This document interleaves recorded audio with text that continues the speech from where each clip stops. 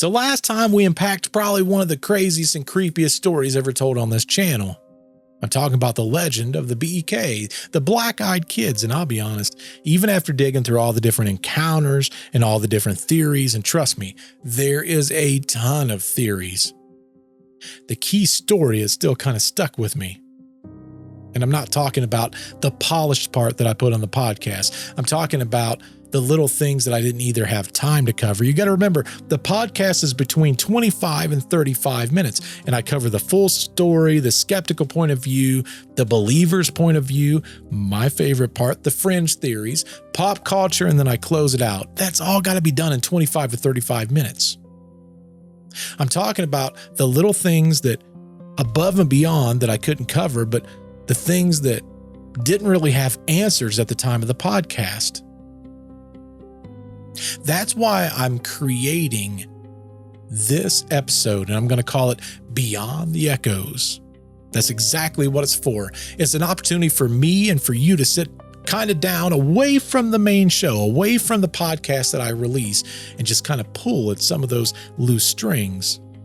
So tonight, being the first episode that I'm ever going to do that, here's what we're going to do. The first thing I want to do is call out some of the details, some of the weird things about the BEK that I just can't quite shake. The ones that keep replaying in my head over and over again. The ones where I've seen a pattern before in this story and that story and this story over here. Some things that I kind of want to get your brain working on also. And on top of that, I want to share some thoughts that I didn't necessarily bring up in the podcast. I try to keep my opinion out of it as much as possible, even though it's my podcast. And I want to include one additional encounter that I didn't feel like I wanted to put into the episode. It's still probably one of the more famous of cases, but I felt like 6 was enough in that podcast. And finally, I want to leave everyone with a thought experiment. And I want to hear from everyone down in the comments down below. Basically what it is if you came face to face with a BEK, you heard it knocking on your door, would you not answer? But let's stop talking about it. Let's be about it. Welcome to the show. So as you're going to tell, this is going to be significantly different than the podcast. This is just me and you. We're talking. There's no script. I'm just kind of going off the cuff. So there's going to be mistakes. There's going to be things that I'm probably going to cut out because I either went too far onto a tangent. It's not going to be perfectly spliced together. I'm probably going to misspeak from time to time. I have notes on the side because I do want to stay somewhat on topic. I don't want to go too far off of topic, but hopefully you enjoy this. Let me know in the comments below if you enjoy this part of the after the show, and we'll go from there. When we talk about the BEK, jumping right into this, there was something that I noticed in every single one of these stories that I kind of found interesting. I found it fascinating, and that was the invitation rule. In every single one of these cases, they always had to be given the authority to do something, right? And the one thing that it drew me to was the one thing that I'll probably never cover on this podcast because I hate them. But that's classic vampire folklore. If you think about it, whether it be, I'm not necessarily talking about, in fact, I know I'm not talking about the movies, but when we look at the actual folklore of vampires, it's classic. In the story, the kids always asked for permission to, whether it be come in, hey, mister, can you take us home to get our money and then bring us back? Can we come in? There was cases where they're like, follow us or follow me. I mean, that's just unsettling. In my opinion, that's more unsettling than hearing a vampire say, because it's a kid, right? There's something about the innocence of kids that hits me in a weird place, right? As humans, we're taught to try to help children, to help the elderly, to help the people that are not as fortunate. So the fact that it's taking our natural urge to help and then kind of twisting it, it's got that creepy appeal. I did put some stuff here because I don't know a ton about vampires, but I knew that was definitely a big part of vampires. Nick and I, my other podcast, hence why There's also these blind box things in the background. That's from my other podcast that I co-host with my buddy Nick. It's called Deceptive Reality. Definitely check it out. It's a super fun show. But we did an episode on the vampires. It was not my decision. That was Nick's decision. But I did go back to that and I picked up a few things from that episode. But in European folklore, vampires, they cannot cross a threshold without being invited.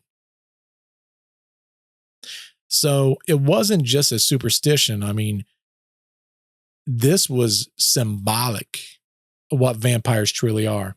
And I think the way that everyone looked at it is your home is kind of your sacred space. So you have to give a consent for them to push past that boundary. Now, there's an interesting dude. I follow him on TikTok, I think. Maybe not. He might creep me out too much. I can't remember. But he is a self-portrayed vampire. And he says that a lot of the folklore is just, to put it nicely, a bunch of lies. But I don't know. Anyway, when we look at European folklore, once the permission is given, it can't be taken away, right? It can't be taken back. It's like anything in life.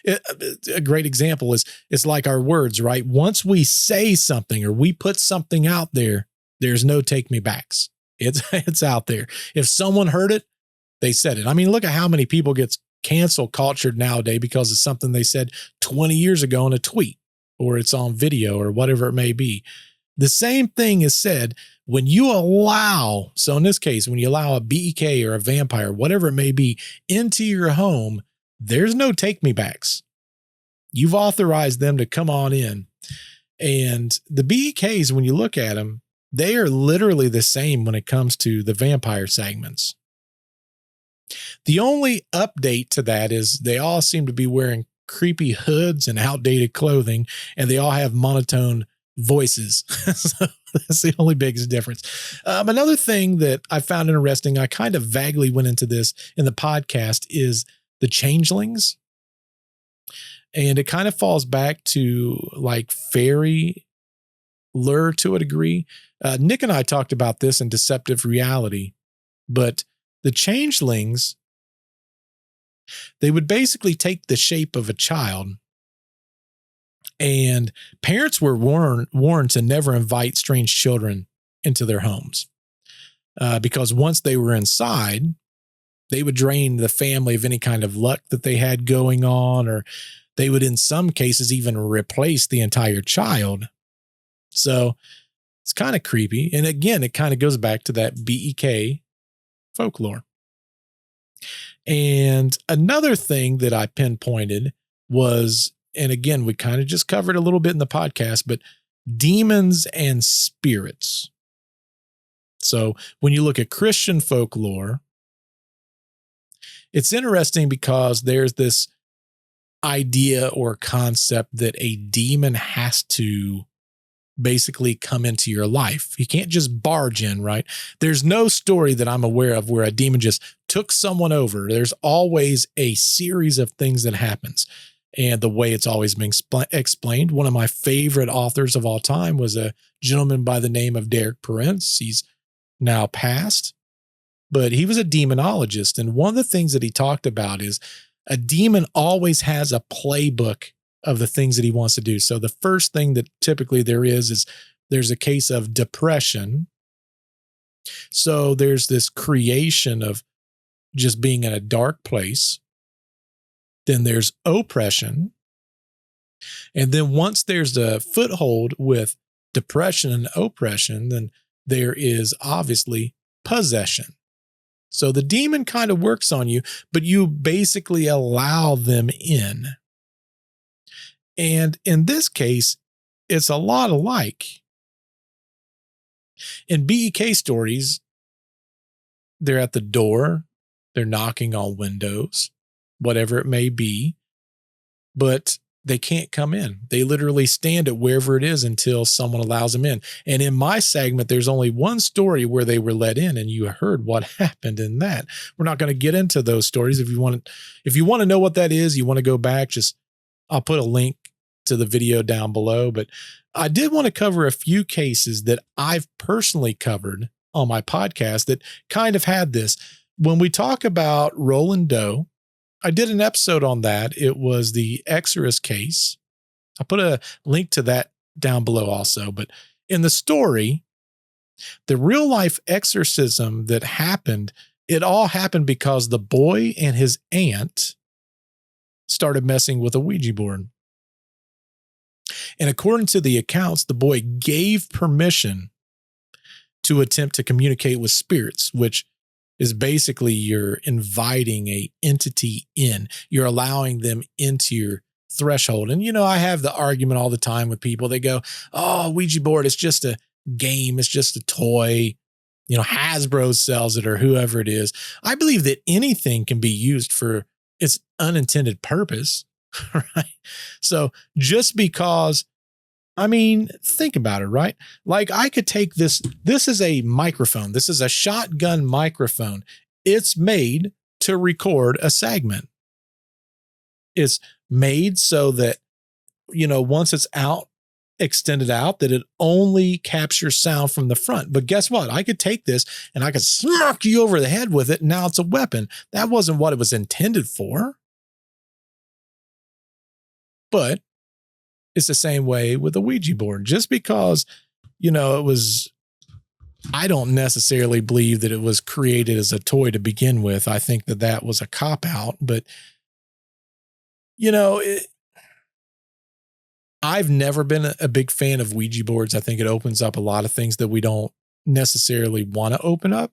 And there's people that, you know, a good friend of mine, Paul Kenyon, he says all the time, he says, blindfold someone in a Ouija board never works. That just goes to show that at a minimum, the people are influencing that Ouija board. And I agree so heartily. I believe that 100%. I've never seen a case where they've blindfolded people and that Ouija board just works, right? That's not how any of that is intended to be, but it doesn't mean that it's not opening up a door to something that you shouldn't open. That's just my personal opinion. I know there's a ton of people that love to use them. For me, I'm out on that. But when we look at Roland Doe, it wasn't a case of just random possession. It began with consent. Even if, you know, Roland Doe, he didn't realize the cost of the situation. I mean, he dealt with a very dire situation. I mean, it's a miracle that he survived it. And there's another story that we've not covered on this podcast, which is the exorcism of Emily Rose. I've not covered that. That's Anneliese Michel. That's a Germany possession that occurred. But in the story, the accounts of Anneliese's possession, it includes a priest's warning that the door was opened by her engaging with what she believed were spirits. So again, even though it wasn't a Ouija board per se, there is the theory that she opened that portal or that whatever to come in. And though that story is probably one of the most controversial ones that's out there that I know of, but believers insist that she allowed the entity in by her own choice. That's what I'm going with for that. And again, this is a case where the possession was not spontaneous. It was something that she would have brought in. There's another, and I've only heard this in different places. I've not seen proof of this. This may be completely untrue, but I heard in the Enfield poltergeist, there's theories that in that story that a friend brought over a Ouija board and again, it was opening something up. Now, that's a different story for a different time. The Enfield poltergeist is fascinating. I covered that with Midnight Spectre. And that was just interesting because nothing happened to that property for like 10 years. And then spontaneously, everything occurred. Now, whether that's because they did play with a Ouija board or it could be a case where the divorce was going on. There's just so many different segments. But again, they opened something up if that was the case and they did use a Ouija board. So I don't know. Another thing that I looked at is when you look at the Salem witch trials, the reason that, and I'm not saying that witches or anything other than what it is. Because there's still witches to this day. I would love to do an interview with a witch or someone that deals with Wiccan or have that conversation. In fact, I've got an interview that's coming up at some point. It's with a gentleman. His name is Zachary King. He was a very predominant person within the occult. I've got that. The interview's already been recorded. I'm just trying to figure out the best way to put that interview out, because there's some things that I'm going to have to maybe take out of that interview. That interview was almost 3 hours. But long and short of it is, when you look at witches, according to, again, familiar spirits within the entire Wiccan back then, was they believed that those witches, they were inviting demons in with a blood pact. So it was the act of willingly signing or letting the familiar feed within the moment of the invitation. So again, it goes back to their theories was witches was allowing the demons to come into them. Not necessarily. Here's the thing. Demons aren't necessarily what witches believe they're bringing in. In a lot of cases, what's being told from the other side, I'm not saying this is correct, but the other side is that these demons, they kind of hide or mimic other things to trick them into allowing them in. Very interesting story that I talked with somebody else about. This is probably for another time, but even things like psychic mediums. There's a great interview that I watched where a psychic medium turned back into a Christian because they found out that it was under demonic influence. I don't know. Fascinating story. But anyway, when you think about Christian, especially the demonology part of it, I mean, the demons, they can't just grab you. Long and short of it is you have to let them in, whether it's a case of witches, familiars, whether it's the case of like possession. And the BEKs are very similar. You got to let them in. You got to allow them to have that situation. I don't know. I just found that super fascinating when we talk about the BEKs, because the BEKs is very similar. So then the question becomes, okay, is a BEK like a demon that's taken some form? Because, well, I don't want to cover that. We're going to cover that. There's another thing that I want to talk about. We're going to come back to how they disappear, because I found that interesting too. But anyway, that's further in. I've got a lot of spreadsheet to go, so let's just keep going. The other thing that I want to talk about is the dread. In almost every single witness account that I could find, there was almost like this overwhelming sense of fear. And that was happening before they even saw the eyes. And I downplayed this a little bit in the podcast just because, again, I'm trying to keep everything fast. But when people were telling this story, they said that something felt off. It felt off from the very moment that they saw the kids. And there was always a case where the kids were almost always polite, but something felt off. And when you're dealing with like kids or elderly, that's generally not the case, right? Like I don't see a kid and go, that's a creepy kid. Maybe y'all do. I don't. But they say that the fear is almost like a punch to the gut. And that kind of fascinates me, because in my mind, it suggests that maybe the gut knows more before the mind does, before we even piece it together. I did look at a couple of things when it came to this dread feeling. And I'm just throwing a couple of ideas out there. A lot of psychologists, they'll call it hypervigilance. It's a survival instinct that is baked right into all of us. When something feels wrong, so let's use, for example, like a predator's nearby. Like you go back to when we were, in whatever form we were in at that point, we had a lot of predators. We might be super smart, but we're not super fast. We're not super agile, even back then. So, a lion, saber-toothed lion or dinosaurs, whatever it may be, they would have wiped us out quick. So we had this certain feeling that would occur whenever there was a predator nearby. It's like, even now, I'm sure you've all had that inkling of an idea that I feel like someone's watching me. Well, that kind of goes back to it, right? Like your heart will race, your stomach's in knots, your skin will run cold, you'll get goosebumps.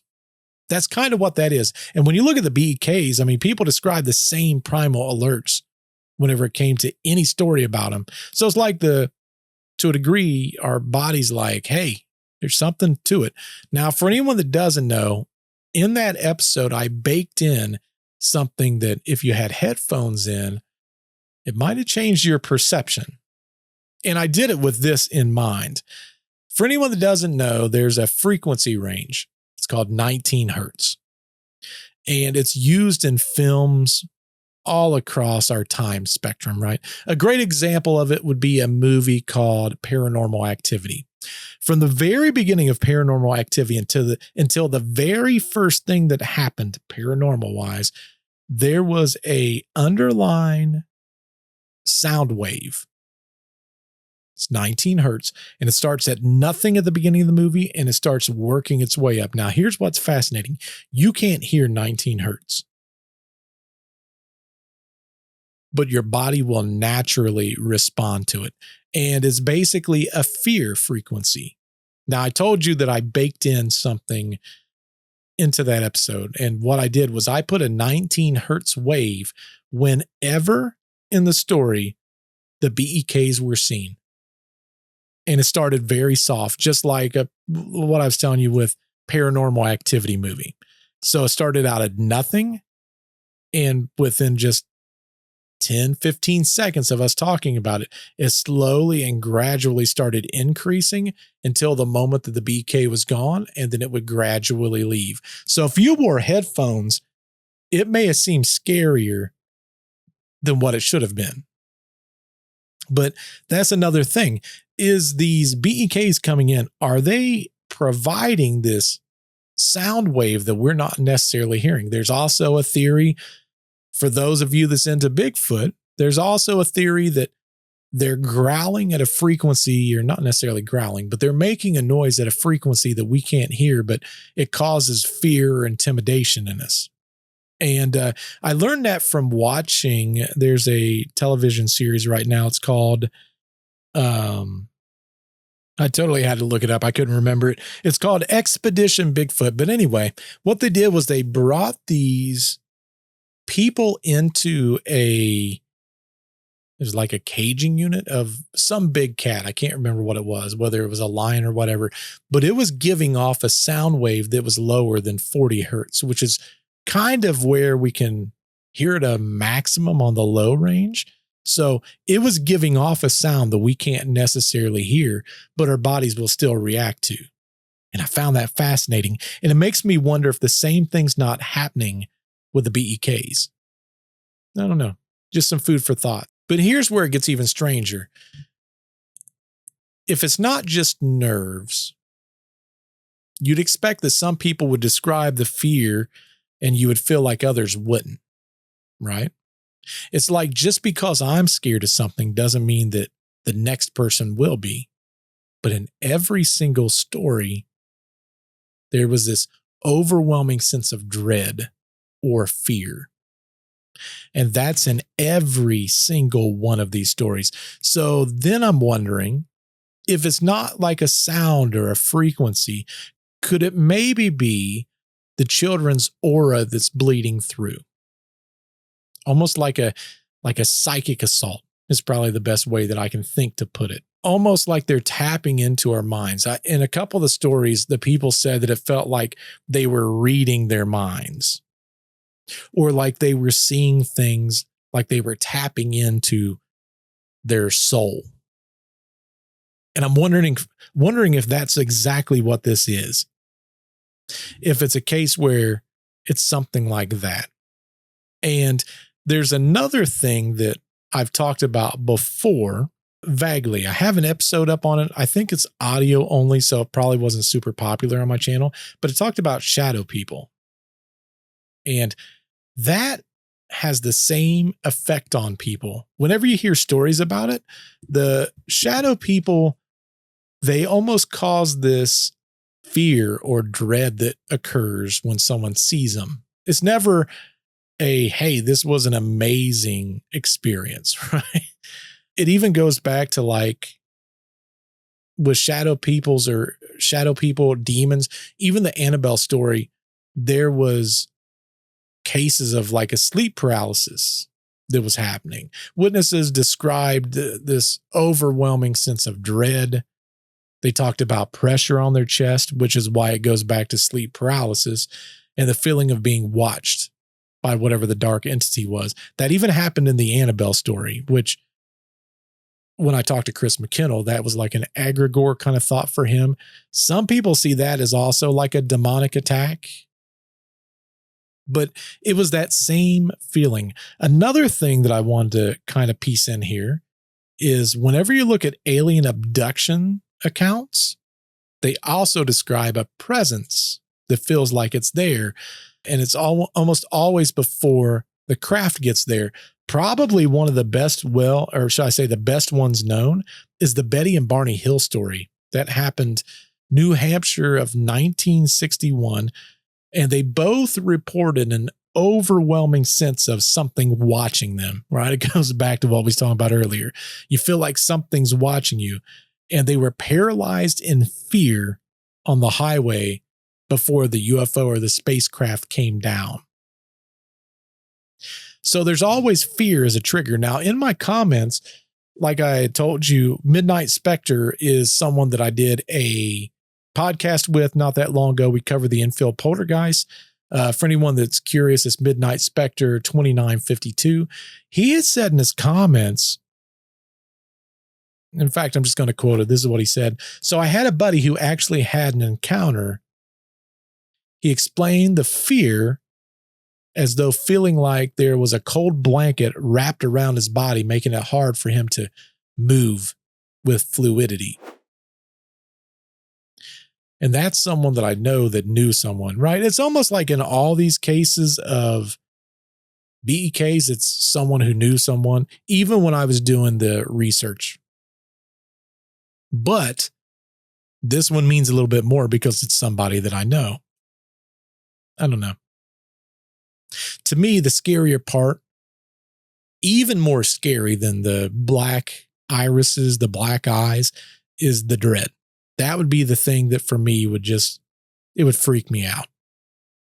But I do want to talk about a story that I didn't cover in the podcast also. There was a case, it wasn't in the US, it was actually in England, but people have reported sightings of a black-eyed girl ever since the 1980s. And the big wave of stories, they came out in 2014. A mother and her daughter said that they heard the screams of a child echoing through the trees.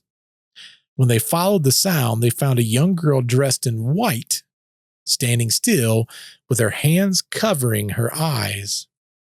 When the woman asked if she was okay, the girl would lower her hands and reveal eyes completely black, staring right at him.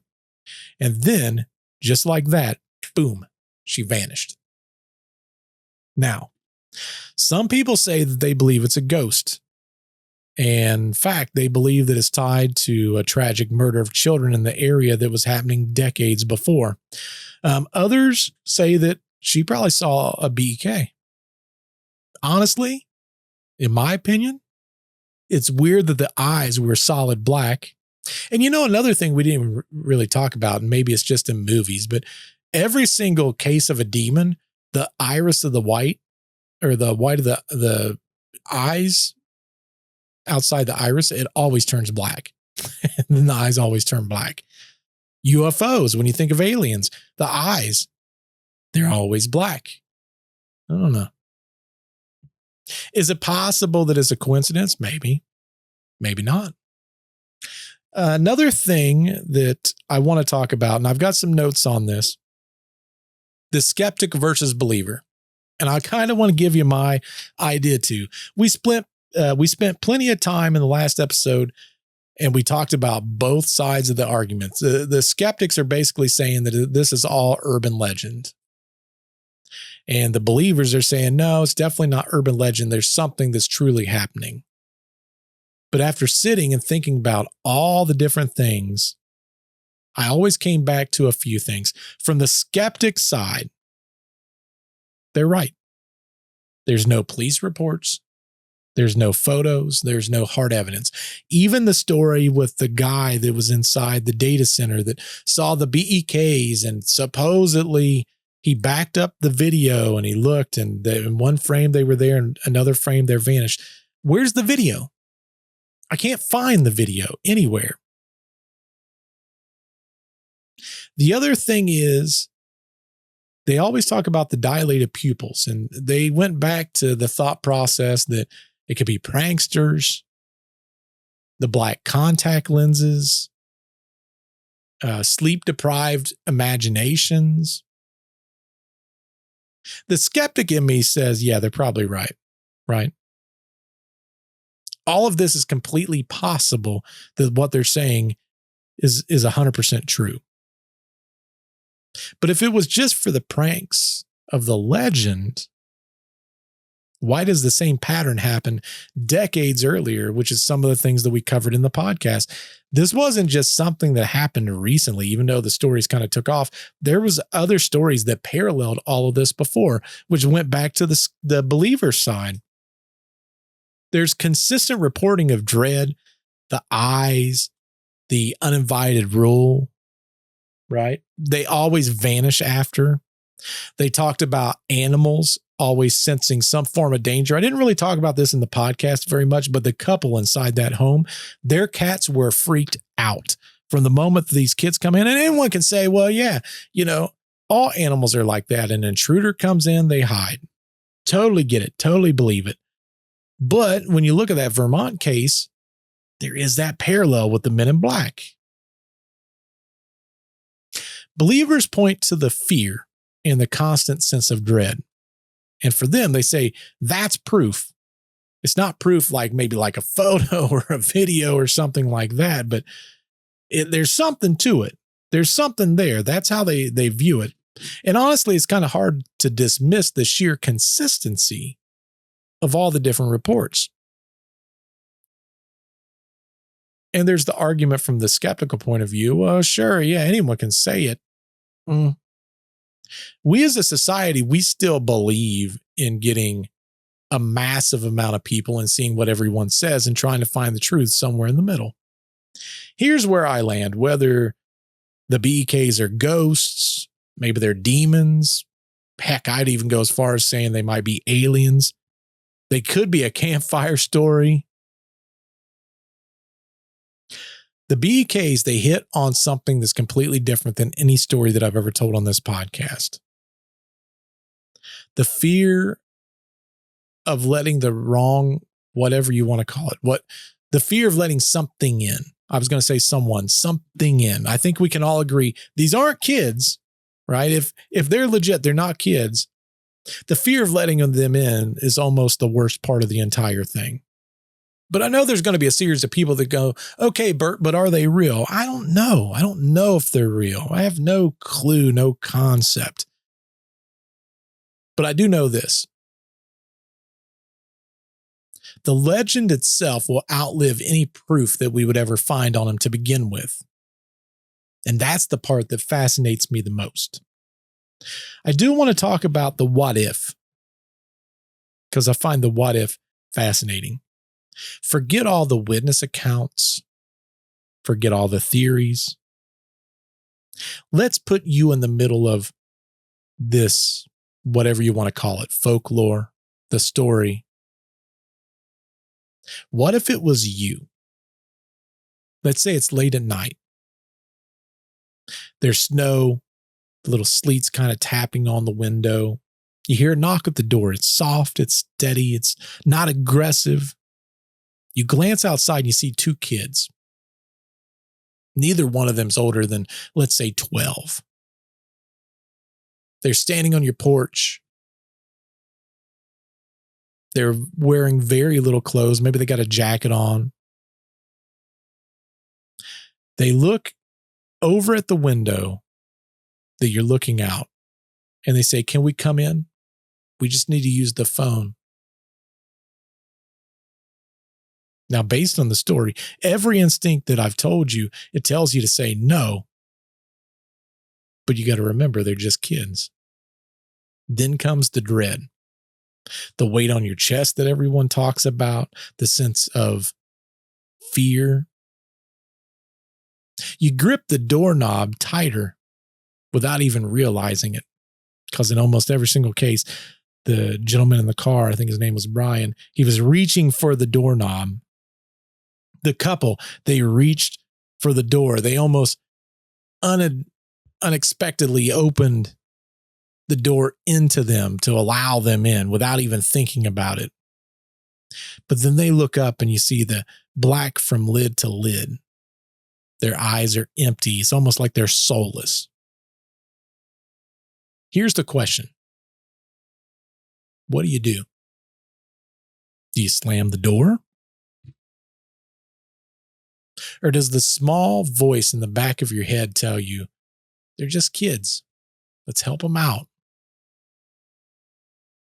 What choice would you make? That's the thing that I'm probably the most curious about. I know for me, once I saw the eyes, that's done. I'm sorry.